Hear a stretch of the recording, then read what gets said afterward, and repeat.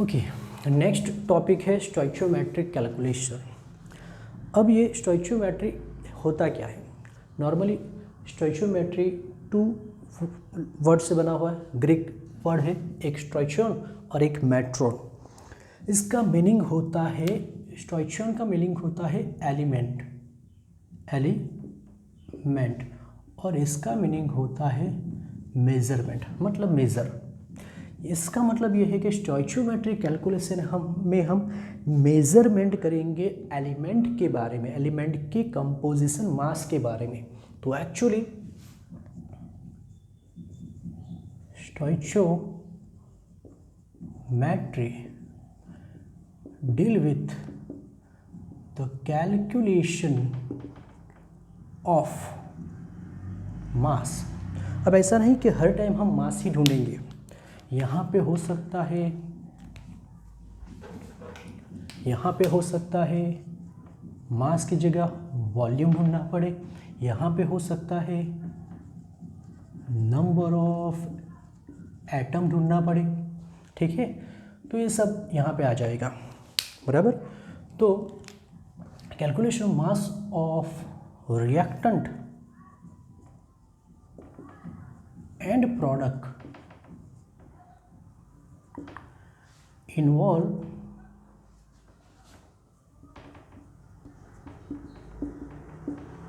involved in या तो reactant and product which are present in balanced chemical reaction, balanced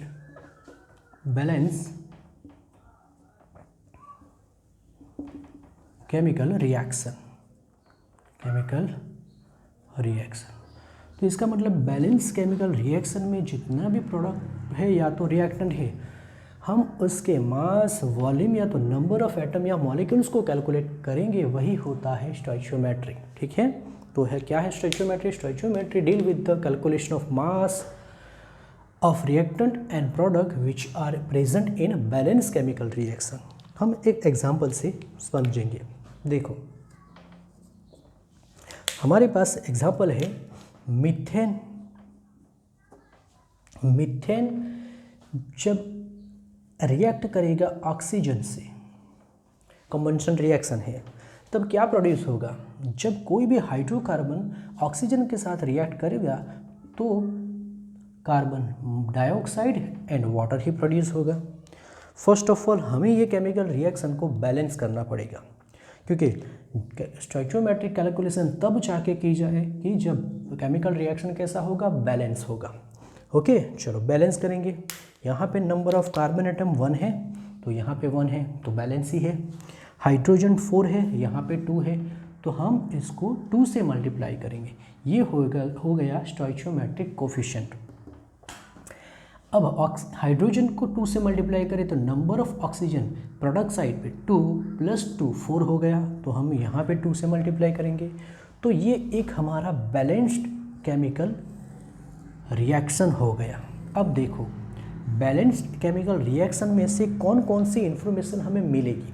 तो देखो, ध्यान से देखो, कोई आपको पूछे ये बैलेंस केमिकल रिएक्शन में सबके मोल कितने हैं, तो देखो ये जो स्टोइचियोमेट्रिक कोफिशिएंट है, यहाँ पे 1 है, यहाँ पे 2 है, यहाँ पे 1 है, यहाँ पे 2 है, वो एक्चुअली उसके मोल ही होते हैं। तो यहाँ पे नंबर ऑफ मोल कितना होगा? मीथेन का 1, ऑक्सीजन का 2, कार्बन डाइऑक्साइड का 1 और वाटर का 2। चलो, ये तो क्लियर हो गया। अब कोई पूछे कि ये बैलेंस केमिकल रिएक्शन में सब कंपाउंड के मास कितने हैं, तो देखो इसका 1 मोल है, 1 मोल इज इक्वल टू कितना होता है? उसके मोलर मास जितना। मीथेन का मोलर मास फाइंड आउट करो, 12 + 4 यानी 16 ग्राम हो जाएगा। यहाँ पे ये हो जाएगा 16 ग्राम। ऑक्सीजन का कितना होता है? 16 + 16 32, लेकिन 2 टाइम्स है, इसका मतलब 2 × 32 जितना भी होगा उतना ग्राम होगा, क्योंकि 2 मोल है। 1 मोल होता तो 32 होता, यहाँ पे 2 मोल है, इसका मतलब 32 तो है, लेकिन कितना टाइम्स? 2 टाइम्स। CO2 का 44 ग्राम होगा, जबकि वाटर का 18 होता है, लेकिन 2 टाइम्स है, इसका मतलब 2 × 18 ग्राम। तो मास भी मिल गया। अब कोई पूछे आपको कि नंबर ऑफ एटम या तो मॉलिक्यूल्स, यहाँ पे हम मॉलिक्यूल्स है तो मॉलिक्यूल्स लेंगे, नंबर ऑफ मॉलिक्यूल्स कितने हैं। चलो 1 मोल में कितने मॉलिक्यूल्स होते हैं सबको मालूम है, 6.022 × 10⁻23। तो यहाँ पे इस रिएक्शन में मीथेन के कितने मॉलिक्यूल्स पार्टिसिपेट कर रहे हैं, 6.022 × 10⁻23। पर ऑक्सीजन के कितने होंगे, तो अगर 1 मोल होता तो इतना है, यहाँ पे तो कितना है 2 मोल, यानी कि 2 × 6.022 × 10⁻23 हो जाएगा, है कि नहीं, बराबर। उसी तरह यहाँ पे 1 मोल है, इसका मतलब मीथेन के तो डाइऑक्साइड के तो 6.022 × 10⁻23 ही होगा, जबकि यहाँ पे फिर से 2 × 6.022 × 10⁻23 होगा। तो हमें नंबर ऑफ मॉलिक्यूल्स भी मिल गए। अब है वॉल्यूम, सबसे मोस्ट इम्पोर्टेंट वॉल्यूम कितना होगा। हम वॉल्यूम तब जाके काउंट कर सकेंगे जब ये केमिकल रिएक्शन STP यानी standard temperature and pressure condition पे हो। कब होता है standard temperature 273 kelvin and pressure कितना होना चाहिए 1 बार। अगर ये कंडीशन है तब जाके वॉल्यूम का रिलेशन हम बना सकेंगे। चलो 1 मोल का वॉल्यूम कितना होता है 22.4 लीटर, यहाँ पे 2 मोल है, इसका मतलब 2 × 22.4 लीटर, यहाँ पे 22.4 लीटर, जबकि यहाँ पे 2 × 22.4 लीटर। वॉल्यूम सिर्फ और सिर्फ गैसियस कंपोनेंट के लिए ही फाइंड आउट किया जाता है। हमने यहाँ पे एज्यूम कर लिया कि सब गैसियस कंडीशन में ही है। तो यहाँ पे हमें क्या रिलेशन मिला, हमें मोल का मास के साथ, मोल का मॉलिक्यूल्स के साथ और मोल का वॉल्यूम के साथ। तो अब ये रिलेशन को हम और अच्छी तरह लिखेंगे। देखो हमारे पास अगर नंबर ऑफ मोल हो जैसे कि 1 मोल, तो बताओ 1 मोल इज इक्वल टू कितने मॉलिक्यूल्स या तो एटम होंगे, बताओ 1 मोल इज इक्वल टू कितने मॉलिक्यूल्स या एटम होते हैं 6.022 × 10⁻23 हो जाएगा। उसी तरह अगर 1 मोल है तो मास कितना होगा, बताओ मास कितना होता है, तो मास जो भी कंपाउंड है उसके मोलर मास जितना होता है, राइट कि नहीं। और 1 mole is equal to volume कितना होता है STP कंडीशन में, तो वो होता है ऑलवेज 22.4 लीटर। तो यहाँ पे मोल का रिलेशन हमें नंबर के साथ, मास के साथ और वॉल्यूम के साथ मिल गया। अब अगर 1 mole is equal to molar mass होता है तो हम उल्टा बोलेंगे, molar mass is equal to कितना मोल, तो 1 मोल इज इक्वल टू इतने मॉलिक्यूल्स होते हैं तो उल्टा बोलेंगे, नंबर ऑफ 6.022 × 10⁻23 मॉलिक्यूल्स मीन्स कितने मोल, तो 1 मोल। और उसी तरह 22.4 लीटर इज इक्वल टू 1 मोल होता है। तो ये हमें रिलेशन मिल गया। अगर सबके रिलेशन मोल के साथ है तो सबका रिलेशन एक दूसरे के साथ भी होगा, तो इसका मतलब मोलर मास मतलब कितना वॉल्यूम होगा 22.4, मोलर मास मतलब कितने नंबर होंगे 6.022 × 10⁻23। उसी तरह 22.4 STP litre is equal to कितना मास होगा उसका, तो मोलर मास जितना, उसमें नंबर ऑफ मॉलिक्यूल्स कितने होंगे, इतने होंगे। उसी तरह नंबर ऑफ मॉलिक्यूल्स अगर इतना हो तो उसका मास कितना होगा, मोलर मास जितना, और वॉल्यूम इतना। इसका मतलब ये हो गया, ये सब एक दूसरे के साथ रिलेटेड है। चलो अब ये रिलेशन को यूज़ करके हमें क्वेश्चंस सॉल्व करने होंगे और यही एग्जाम में सबसे ज़्यादा होते हैं। चलो फर्स्ट है, how much iron can be theoretically obtained in reduction of 1 kg Fe2O3। Actually ये रिएक्शन केमिकल रिएक्शन दिया है लेकिन बैलेंस नहीं है, हमें बैलेंस केमिकल रिएक्शन पहले लिखना पड़ेगा, बाद में समझेंगे कैसे करना है। चलो बैलेंस केमिकल रिएक्शन लिखेंगे, Fe2O3 प्लस H2O, H2O। चलो देखो number of iron atom 2 times है तो यहाँ पे भी 2 टाइम्स होना चाहिए, तो हम इसे 2 से मल्टीप्लाई करेंगे, है कि नहीं।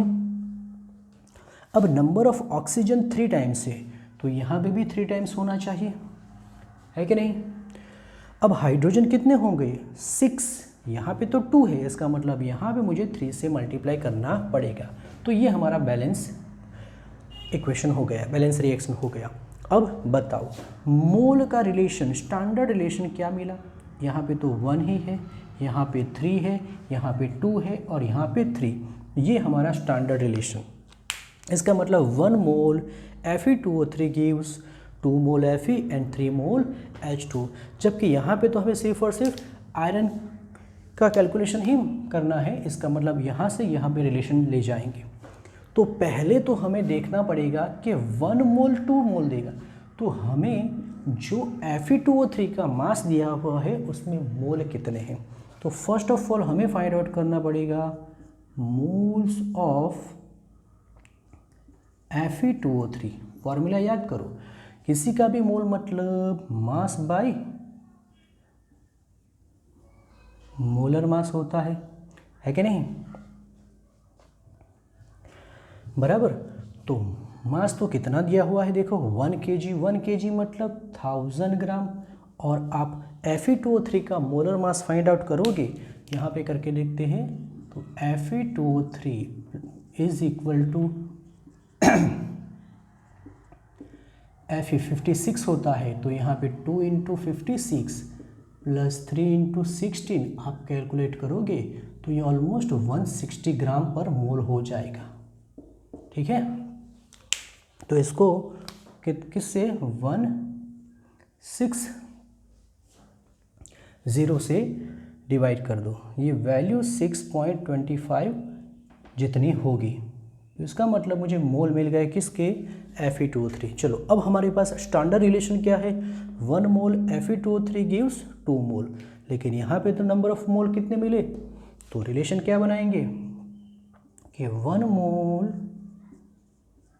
Fe2O3 gives 2 mole Fe, then therefore 6.25 मोल कितना देगा। तो क्या करेंगे क्रॉस मल्टीप्लिकेशन, 2 × 6.25 डिवाइडेड बाय 1, तो ये हो गए मोल्स ऑफ Fe यानी आयरन, और वो होगा 12.50। तो हमें मोल्स ऑफ Fe मिल गया कि 1 kg में से Fe2O3 का मोल कितना मिला 6.25। अब हमने रिलेशन क्या क्या बताया कि 1 मोल गिव्स 2 मोल, तो हमारे पास तो कितने हैं 6.25, तो 6.25 कितना देगा तो 12.50 मोल। अब अगर हमें मोल मिल गया है तो मास तो ढूंढ ही लेंगे। Then mass of Fe is equal to कितना होगा, याद करो mole is equal to, formula क्या है, mole is equal to mass by molar mass. तो अगर मास ढूंढना है तो मोल को मोलर मास से मल्टीप्लाई कर दो, तो मोल इनटू मोलर मास होता है 56। तो ये जो भी आएगा आप कैलकुलेट करके देखना, ये आपका आंसर, इतने ग्राम आपको क्या मिलेगा Fe मिलेगा। चलो उसी तरह नेक्स्ट क्वेश्चन क्या है, at 100 degree Celsius for complete combustion of 3 gram ethane the required volume of O2 and produce volume of CO2 will be, क्या है मतलब हमें फाइंड आउट करना है volume of oxygen and volume of CO2। यहाँ पे हमने मास फाइंड आउट किया, यहाँ पे हमें वॉल्यूम फाइंड आउट करना है। तो देखो पहले तो हमें केमिकल रिएक्शन लिखनी पड़ेगी। इथेन मतलब C2H5 होता है। जब वो कंबंशन करेगा तो याद रखना कोई भी कंबंशन रिएक्शन मतलब वो रिएक्शन किसके साथ, ऑक्सीजन के साथ, और प्रोड्यूस क्या होगा कार्बन डाइऑक्साइड एंड वाटर।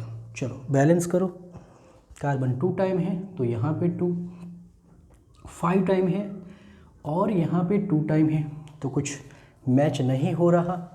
तो क्या करेंगे 5 और 2 को कैसे करेंगे, एक काम करते हैं,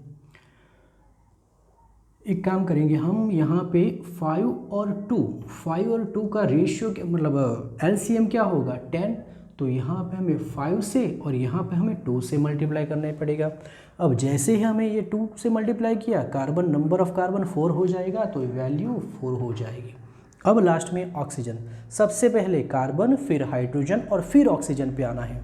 चलो ऑक्सीजन 8 और 5 मतलब 13, तो ऑक्सीजन हो गया 13। अब 13 तो कैसे लिखेंगे, 13 नहीं लिख सकते, तो एक काम करते हैं 8 + 5 मतलब 13 हो गया। तो यहाँ पे हम या तो 13/2 लिखेंगे, क्यों, क्योंकि ऑलरेडी 2 ऑक्सीजन है, तो 2 × 13/2 = 13 हो जाएगा। या तो फिर आपको इसको 6.5 लिख सकते हैं, है कि नहीं। 6.5 × 2 = 13 ही होता है, ठीक है। तो आपके पास मोल का स्टैंडर्ड रिलेशन क्या हो गया, 2 6.5 बराबर, यहाँ पे 4 और यहाँ पे 5, ये हमारा स्टैंडर्ड रिलेशन है। हम ये स्टैंडर्ड रिलेशन को यूज़ करेंगे। चलो फर्स्ट ऑफ ऑल हमें क्या ढूंढना पड़ेगा, मोल्स ऑफ इथेन। चलो 3 ग्राम मास कितना दिया हुआ है, 3 ग्राम, और मोलर मास कितना होता है, कैलकुलेट कर दो। यहाँ पे कितना हो जाएगा, ये गलत है, इथेन का होता है 6 होगा, यानी कि यहाँ पे हम ये वैल्यू चेंज हो जाएगी, C2H6 होता है, तो यहाँ पे हम 3 लिख देंगे बराबर, ये 2 ही रहेगा। चलो बताओ ऑक्सीजन कितना हो जाएगा, यहाँ पे हो गया 4 और 7 मतलब 3.5 हो जाएगा बराबर। तो रिलेशन 3.5 2 और 3 मिला। चलो ये कितना होगा, 12 × 2 24 + 6 30, तो उसका मोलर मास हो गया 30 और ये आया 0.1। तो मोल ऑफ इथेन हमें 0.1 मिल गया। अब हमें क्या ढूंढना है,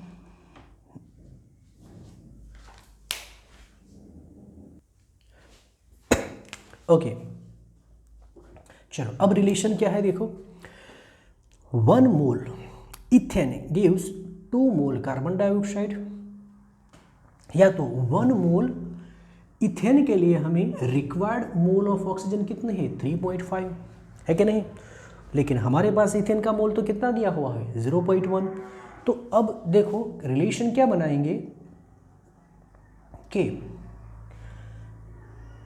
1 मोल इथेन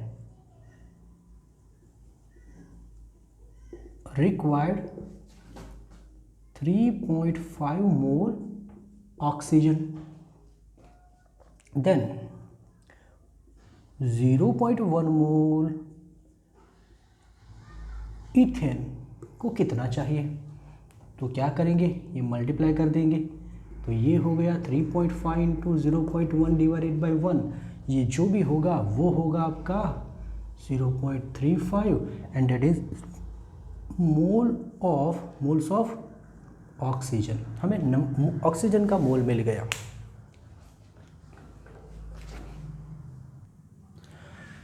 तो मोल ऑफ ऑक्सीजन अगर हमें मिल जाए तो वॉल्यूम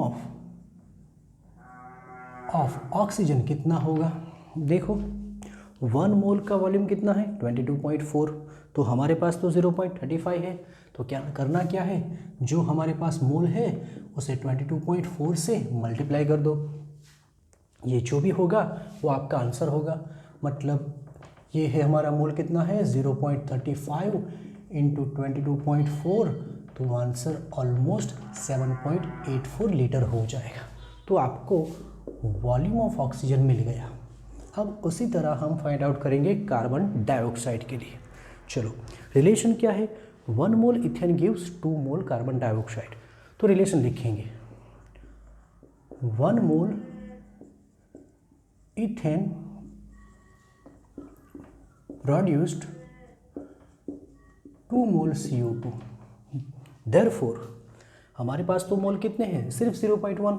देयरफॉर 0.1 मोल इथेन हमें कितना कार्बन डाइऑक्साइड देगा, तो 2 × 0.1 डिवाइडेड बाई, इसका मतलब मोल्स ऑफ CO2 हो जाएगा कितना, 0.2।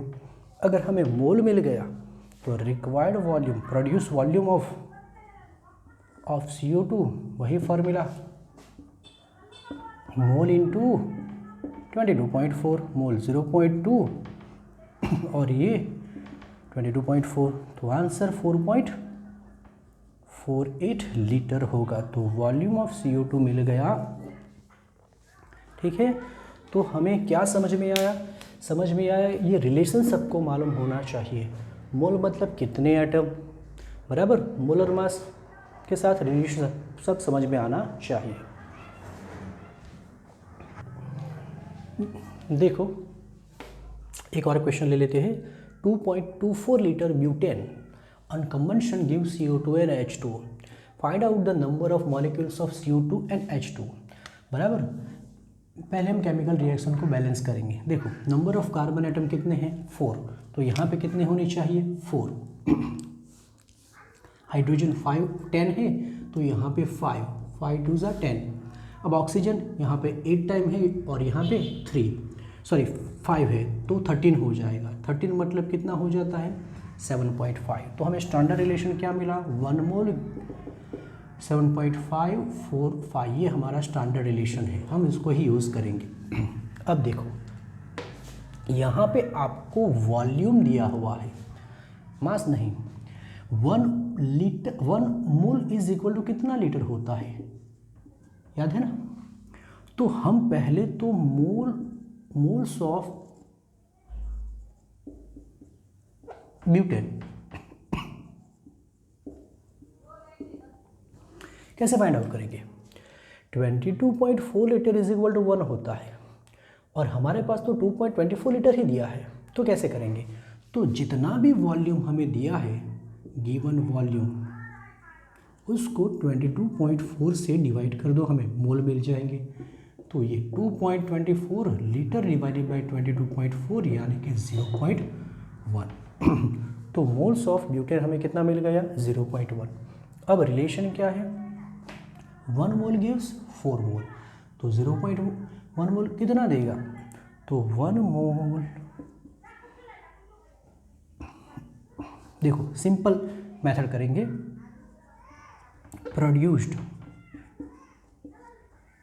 प्रोड्यूस्ड मोल्स ऑफ CO2 कैसे फाइंड आउट करना है। यहाँ पे जो नंबर है उसे ब्यूटेन के नंबर मोल से मल्टीप्लाई करना है, मतलब कि 0.1 × 4 डिवाइडेड बाई 1, तो ये हो जाएगा 0.4। उसी तरह चलो हमें मोल्स मिल गए, तो नंबर ऑफ CO2 मॉलिक्यूल्स कितने हो जाएंगे, क्योंकि 1 मोल इज इक्वल टू 6.022 होता है, तो इतना मतलब कितना, तो बस क्या करना है हमें, मोल्स को 6.02 से मल्टीप्लाई कर दो। आपका मोल्स कितना है, 0.4 × 6.10⁻23, ये जो भी आएगा आंसर आप कैलकुलेट करना। चलो एक आंसर मिल गया। अब वाटर की बारी। प्रोड्यूस्ड मोल्स ऑफ H2O कितना हो जाएगा, फिर से 5 मोल है, 1 मोल गिव्स 5 मोल, तो 0.1 कितना, तो 0.1 से 5 को मल्टीप्लाई करो और 1 से डिवाइड कर दो, तो ये हो जाएगा 0.5। अगर अब हमें मोल्स मिल गए तो नंबर ऑफ H2O मॉलिक्यूल्स भी मिल जाएंगे। कितने होंगे, फॉर्मूला क्या है, मोल इंटू 6.02 × 10⁻23, ये 0.5, 6.022 × 10⁻23, आप कैलकुलेट करके आंसर लाना। तो इस तरह से नंबर ऑफ मॉलिक्यूल्स भी हम फाइंड आउट कर सकेंगे।